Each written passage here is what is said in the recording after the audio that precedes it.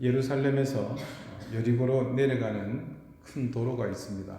그 도로를 가다 보면 중간쯤에 한 특별한 지점이 나옵니다. 그곳에 자그마한 바위산을 가로질러서 C 레벨이라는 글자가 새겨진 간판이 걸려 있고 그 옆으로 히브리어로 같은 말을 적어 놓았습니다. 해발이 0이 되는 지점이라는 뜻입니다. 일반적으로 해발이라는 것은 해수면에서의 높이가 얼마인가를 지표로 하는 수치입니다. 그렇게 보자면 해발이 제로가 되는 그곳은 당연히 해수면이어야 한다는 결론이 나옵니다. 그런데 여기는 해수면까지 내려가지도 않았는데도 불구하고 신기하게 해발이 제로입니다. 이스라엘이라는 성지에 있다는 것도 참 은혜스러운데 신기하고 놀라운 그런 곳을 보게 되면 신비롭기까지 합니다. 일반적으로 이스라엘에서 갈릴리 호수는 생명을 상징합니다. 왜냐하면 이스라엘의 모든 상수원의 근원이 이곳 갈릴리 호수이기 때문입니다. 물론 이 갈릴리 호수의 물도 수원지가 있습니다. 대략 3곳 정도를 말하는데 그 중에 제일 대표적인 것이 헐몬산에 내리는 이슬입니다. 그 이슬이 내려서 바위의 틈을 타고 들어가고 혹은 수목이나 초목, 토양을 통해서 흡수되어서 그 높은 헐몬산 아래의 지하수층으로 모이게 됩니다. 그리고 그것이 터져 나오는 곳이 텔단이라고 부르는 곳에 있는 수원지입니다. 그곳에서 맑고 시원한 물이 갈릴리로 한없이 쏟아져 내려갑니다. 시편의 노래에서 등장하는 헐몬의 이슬이라는 말은 바로 이러한 사실에 기인한 것입니다. 그 갈릴리 호수 아래로 물이 차고 넘쳐 흘러내려갑니다. 그 흘러내려가는 물줄기가 시내를 이룬 것이 바로 요단강이며 그 강물이 흘러내려가서 더 이상 내려가지 않고 고여서 모인 곳이 여러분이 짐작하는 바로 그곳 사해입니다.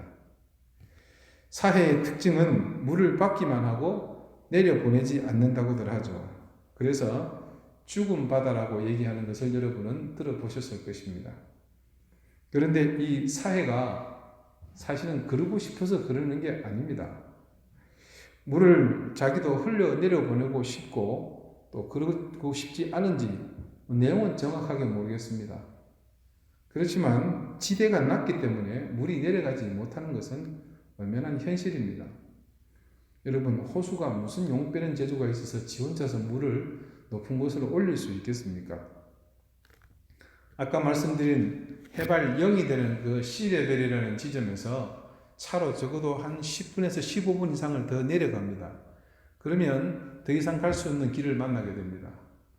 사실은 갈 수 없는 길이 아니고 T자라고 그러죠. 정면은 막히고 양쪽으로 길이 나 있는 그 지점의 왼쪽이 여리고입니다. 그리고 거기서 오른쪽으로 방향을 틀어서 5분 정도만 더 가면 사해가 시작이 되는 그런 곳입니다. 그러니까 그곳은 적어도 해발 마이너스 200m가 되는 셈이죠. 그런데 아까 그 C레벨이 있는 지점에서 멀리 여리고 쪽을 바라다 보면 저 멀리에 이 해발 200m 이상 높이에 기다란 넓은 끝없이 이어지는 평원이 보입니다. 언덕인지 산인지 분간할 수가 없어요. 그곳이 바로 요르단입니다. 그 요르단 밑에 흐르는 강물이 요단입니다. 요단과 요르단, 여러분 같은 말인 거 아시죠? 성경에서는 옛 지명 따라서 어른들이 요단이라고 불렀을 뿐이고 실제로 그곳 지명은 요르단입니다. 저는 작년에 그곳을 방문하면서 너무 신기한 체험을 한 점이죠.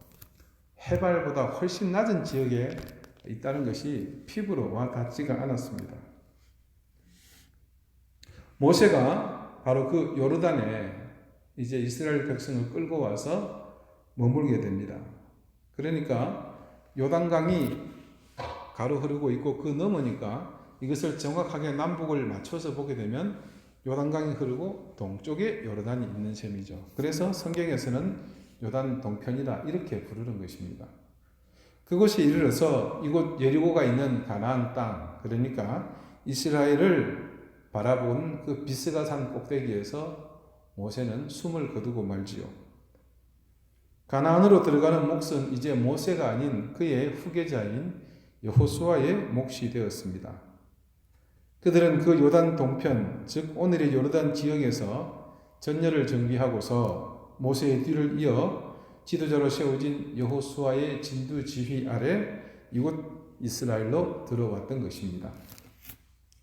민수기 13장과 14장에는 아주 중요한 상징적 사건이 하나가 기록이 되어 있습니다. 여러분도 잘 아시는 이른바 정탐꾼 사건입니다. 이 정탐꾼 사건은 두 번이 있었습니다만 대체적으로 첫 번째를 말하는 것인데, 이 일이 일어났던 곳은 이 요단 동편 오기 훨씬 이전 네게브 산지가 시작되는 시나이 반도 접경 지역입니다. 그곳 가데스 바네아에서 각 지파별로 한 명씩 12명의 정탐꾼을 보내게 됩니다. 그 중에는 우리가 잘 아는 여호수아와 갈렙도 포함되어 있었습니다. 그들은 그 가데스 바네아에서 네게브 산지를 힘들게 통과해서 가나안 땅 전역을 정탐하고 돌아왔습니다. 민수기 13장 25절에 보니 이들은 40일 동안 그곳을 정탐하고 돌아왔다 기록되어 있습니다. 이 12명은 모세와 회중 앞에서 그 땅을 정탐하고 돌아온 결과를 보고합니다. 일관된 보고의 내용 중에서 동일한 것은 그들이 살고 있는 가나안 땅은 비옥하다는 겁니다.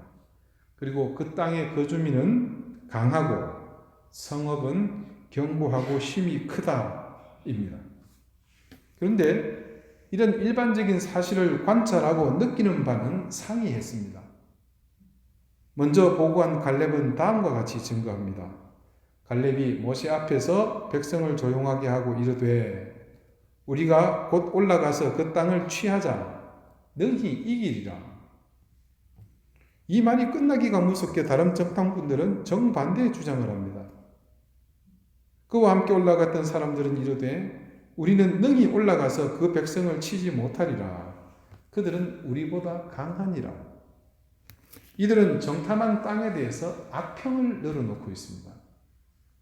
심지어는 우리가 기골이 장대한 사람을 보았는데 그들 앞에서 우리는 스스로 보기에도 메뚜기 같았다라고 시쳇말로 완전히 자폭하는 말을 하고 맙니다. 그 말을 듣자 백성들은 금방 폭동이라도 일으킬 기세입니다.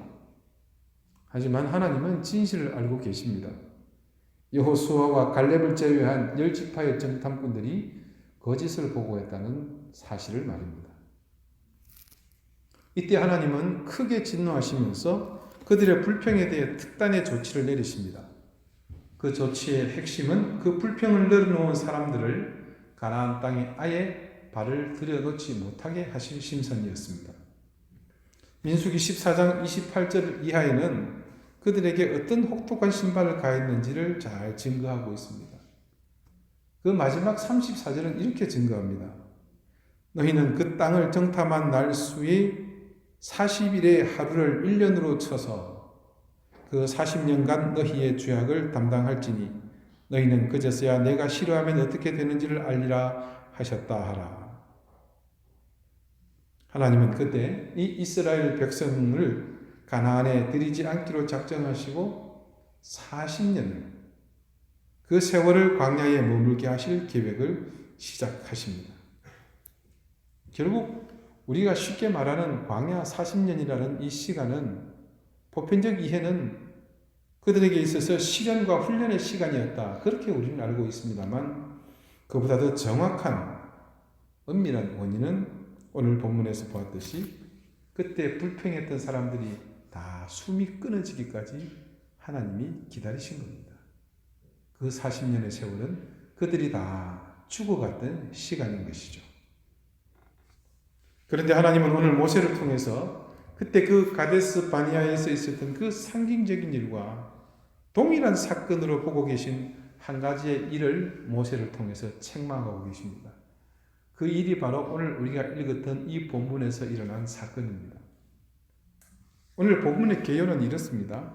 이제 모세가 요단강을 건너서 가나안으로 들어가려고 합니다. 들어갔습니까? 못 들어갔습니까? 못 들어갔죠. 비스가 산 꼭대기에서 죽지 않았습니까? 자, 그때 가나안으로 들어가고자 했단 말입니다. 그런데 여러분, 가나안 땅은 그냥 이미그레이션에서 아무나 비자 받고 들어오면 어서 오세요 하고 환영하는 그런 곳이 아닙니다. 자기 땅으로 들어오는 외지인들입니다. 무슨 짓을 할지 모르죠. 그렇기 때문에 그 가나안 땅으로 간다는 것은 싸워서 그들의 땅을 정복해 들어가야 하는 것입니다. 그래서 각 지파별로 싸움에 나갈 수 있는 그런 군사들이 모여서 이제 그곳으로 건너가려고 출정하려고 하는 것입니다. 이미 요단 동편을 말씀해 보았듯이 하나님에 의해서 정복되었습니다. 그들의 수중에 들어와 있습니다. 그것도 가나안과 인접한 곳이라 이스라엘 백성이 보기에는 그 그늘인 소떼와 양떼들에게 목축하기에 충분한 땅이었습니다. 그때에 르우벤과 갓 자손이 각각 대표가 나와서 요단으로 건너가려는데 가기를 거부합니다.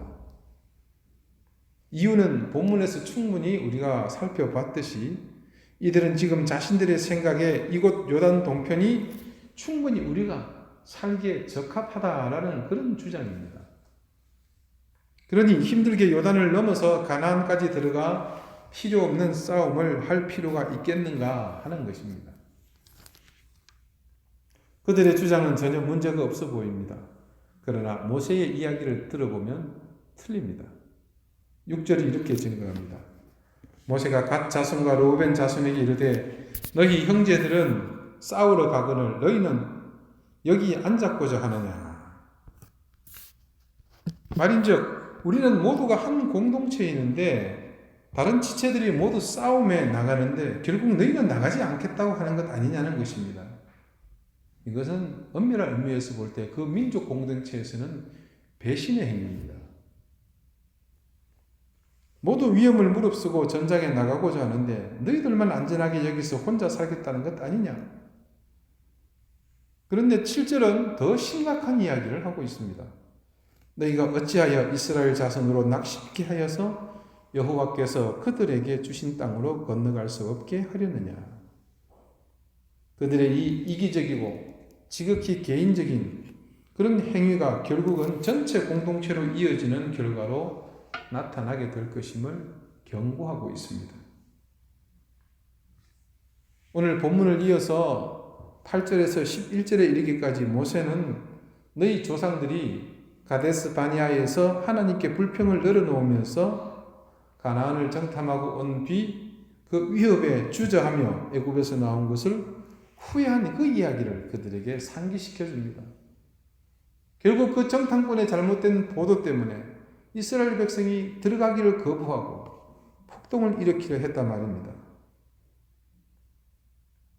이들에게 있어서는 결국 자신들이 광야를 힘겹게 걸어온 목적이 가나안이 아니었습니다. 그냥 좋은 곳으로만 가는 것이 목적이었던 셈이죠. 가나안 땅은 단지 그들이 지금 보고 있는 목축하기 좋고 우선 내가 만족하는 환경을 말하는 것이 아닙니다. 그곳은 하나님께서 주시겠다고 약속하신 땅입니다. 그들의 조상 아브라함이 거주했던 땅입니다. 약속의 땅이죠. 하나님의 땅입니다. 여러분은 신앙의 목적을 어디에 두고 계십니까? 길든 짧든 어떤 길을 갈 때에는 중간에 반드시 목적지에 대한 점검이 필요합니다. 이 말을 써놓고 보니 우리나라에서는 특별히 이럴 필요가 없죠.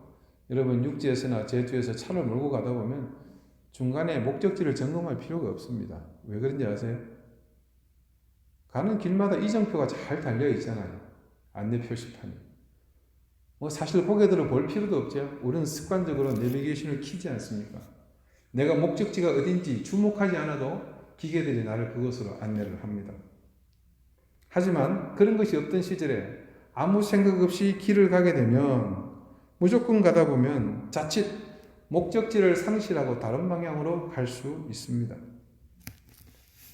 길을 가던 중에 지쳐서 잠시 쉴 수 있습니다. 때에 따라서는 그 쉼이 장기화될 수도 있습니다. 하지만 언젠가는 그 길을 가야 할 텐데 아무리 오래 쉬더라도 목적지를 잃어버려서는 안 됩니다. 크리스천 투데이 인터넷판에서 우리 유명한 이어령 교수와의 인터뷰 기사가 실렸습니다. 총 3회에 걸쳐서 실렸는데 참 의미 깊은 내용들이 많았습니다. 그 중에 한 대목을 제가 여러분에게 잠시 읽어드리겠습니다. 성서에서 언제 이 지상에 낙원을 만든다고 했습니까? 늘 말씀드리지만 오병이어가 기적이고 하늘의 뜻이라면 왜 예수님이 구름대처럼 모여든 군중을 보고 산으로 피신하셨겠습니까? 예수님께서 왜 돌멩이로 빵을 만들지 않으셨습니까? 군중이 예수님의 말씀을 들으러 온 게 아니라 오병이어로 온 세상을 구원하는 사람을 예수로 잘못 보게 될 것이기 때문입니다. 빵이 중요하지 않다는 말이 아닙니다. 먹으면 죽는 빵이 아니라 그 이상의 영원한 생명의 빵을 주시려고 한 것이 아닙니까? 교회는 혁신되어야 하고 세상의 비난에 대해 귀를 기울여야 합니다. 그런데 더 중요한 것은 세속적 의미의 개신이 아니라 기독교의 본질을 되찾는 개신에 소홀해서는 안 된다는 것이지요. 교회를 돌로 빵을 만들어주는 빈자의 빵 공장처럼 알고 있다면, 그것이 교회의 사명이라고 생각한다면, 오병이어의 기적을 주는 것이 교회라고 본다면 구름대처럼 군중이 모여오겠지만 그 교회에 예수님은 안 계십니다. 이 글을 읽고 나니 이어령 교수께서 오늘 한국 교회의 세태를 정확하게 꿰뚫어 보시는구나 하는 느낌이 들었습니다. 우리가 신앙생활하는 진짜 목적을 상실하게 되면 우리는 허상을 쫓아가게 됩니다. 진짜가 아닌 가짜를 쫓아가게 되는 것이죠. 대형 교회가 무조건 나쁜 것은 아닙니다만은 사람들이 구름대처럼 몰려드는 것은 마치 그 시절 오병이어의 기적을 기대하는 사람들의 바람과 너무 흡사하다는 생각이 문득 들었기 때문입니다. 시설이 좋고 프로그램이 좋고 교회의 구성원들이 좋고 도시의 중대형 교회들에게는 나름의 장점이 있습니다. 그래서 그 시설에서 함께 어울려 신앙생활을 하는 것도 신앙생활의 좋은 길이 될 수도 있습니다. 그러나 여러분, 신앙생활은 궁극적으로 하나님과 내가 어떤 관계를 맺고 사느냐에 달려 있습니다. 나는 하나님과 형편없이 관계를 맺고 살면서 좋은 프로그램이 있는 교회에서 설교 잘하는 목사님의 말씀을 들으면서 예배에 참여하는 것이 좋은 신앙을 가지고 사는 것은 결단코 아닙니다. 몸은 즐겁고 귀를 통해 들려지는 말씀으로 내 생각은 만족스러울지 모르지만 그것은 목적지를 상실하고 무조건 좋은 곳으로만 가는 무의미한 흐름 이상은 아닙니다. 오늘 르우벤과 갓 자손들은 가나안을 목전에 두고서 자신들이 임시로 거주하고 있는 그 땅에 대한 미련이 너무나도 컸습니다. 그래서 가나안을 점령하러 가는 그 길에서 그들은 빠지고 싶었습니다. 그들은 요단을 건너기 싫었습니다. 지금의 이 순간도 충분히 만족한데 목숨을 걸고 불확실한 가나안에서의 삶을 받아들이고 싶지 않았습니다. 그들과 마찬가지로 오늘 사는 우리도 요단을 건너기 싫어합니다. 여러분, 아직 우리의 삶과 신앙은 요단강을 걷는 것이 아닙니다. 요단을 건너가야만 우리의 온전한 삶, 온전한 신앙이 비로소 완성되지요. 그런데도 우리는 분명 이곳이 요단의 동편인 줄 알면서도 마치 지금 가나안에 있는 것처럼 착각하면서 안주하려고 합니다. 뿐만 아닙니다. 오늘날 우리는 우리 스스로가 요단이라는 깊은 강물을 만들어서 내 앞으로 내 인생의 앞길에 그 강물이 일부러 흐르게 만듭니다. 가나안에 들어가야 할 명분보다 더 소중한 것을 가지게 되었으니 이제 그것을 지켜내기 위한 나의 요단이 필요하게 되었기 때문입니다. 여러분, 오늘 이 말씀을 듣고 집에 가셔서 곰곰이 생각해 보십시오. 내가 파놓은 요단은 어떤 것들이 있는지 말입니다. 이스라엘 백성이 요단을 건너기 위해서는 용기가 필요했습니다. 그리고 희생과 수고가 요구되는 길이었습니다. 그러니 당연히 누구든 거부감이 들 수 있습니다. 하지만 광야 40년의 생활은 겨우 이곳 요단 동편에 정착하기 위한 걸음이 아니었습니다. 제가 우리 교우들에게 누차에 걸쳐서 경고하는 것이 있습니다. 나의 신앙이 습관이 되고 익숙해지는 것에 길들여지는 것을 경계하십시오 라고 저는 자주 우리 교인들에게 가르칩니다. 요단 동편은 이스라엘 백성들에게 그런 곳이었습니다. 안주하고 싶고 이 정도면 만족하다는 생각, 바로 익숙해지고 편해지고 길들여지고 습관이 된 곳이었습니다. 여러분, 새로운 한 해가 시작이 되었습니다. 이 새해는 지나간 해를 지나서 다시 우리에게 주어진 기회입니다. 매해 여러분의 살아온 연수만큼 우리는 그 기회를 사용해 왔습니다. 여러분에게 있어서 1주 전 지난해의 마지막과 1년 전의 마지막이 얼마나 큰 차이가 있었습니까? 지난해는 저 지난해보다 더 질보한 해였습니까? 아니면 더 후퇴한 그런 해였습니까? 년 부년 해가 거듭할수록 우리의 삶은 요단 동편에서 멀어져야 할 것이며 가나안에 더욱 가까워져야 하는 삶이 되어져야 하는데 왜 우리의 발은 자꾸만 요단 동편에서 서성이고 있는 것입니까? 여러분을 요단을 건너가지 못하게 막고 있는 것, 여러분을 붙잡고 있는 것이 무엇인지 이 해를 시작하면서 잘 살펴볼 수 있기 바랍니다. 분명 그것은 여러분의 신앙, 여러분의 영적인 성숙을 방해하면서 1년 전보다 여러분을 더 후퇴하게 만든 것일 것입니다. 여러분, 분명히 기억하십시오. 그들이 머물고자 했던 요단 동편은 이스라엘이 가나안 땅을 정복한 이후에 어떤 땅이 되었습니까? 그곳은 이방인의 땅이 되었습니다. 여러분은 성경에서 이방인이라는 것, 이방의 땅이라는 것이 어떤 의미인지를 잘 아실 것입니다. 그곳은 하나님의 은혜와 은총에서 멀어진 곳입니다.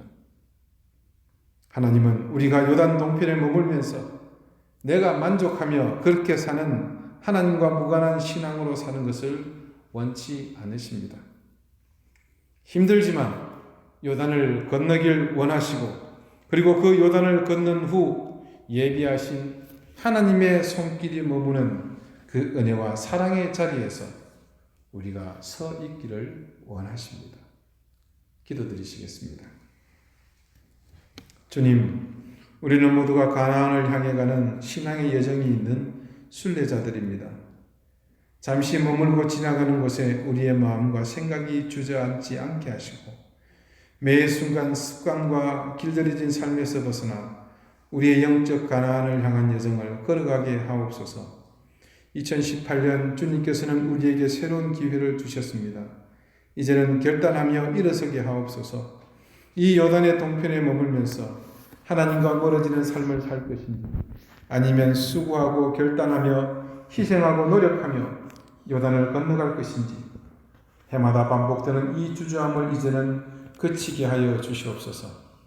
이 한 해는 우리 방주교회도 그리고 함께 예배드리는 우리 모두도 담대하게 요단을 건너는 한 해가 되게 하여 주옵소서. 예수 그리스도 이름으로 기도드리옵나이다. 아멘.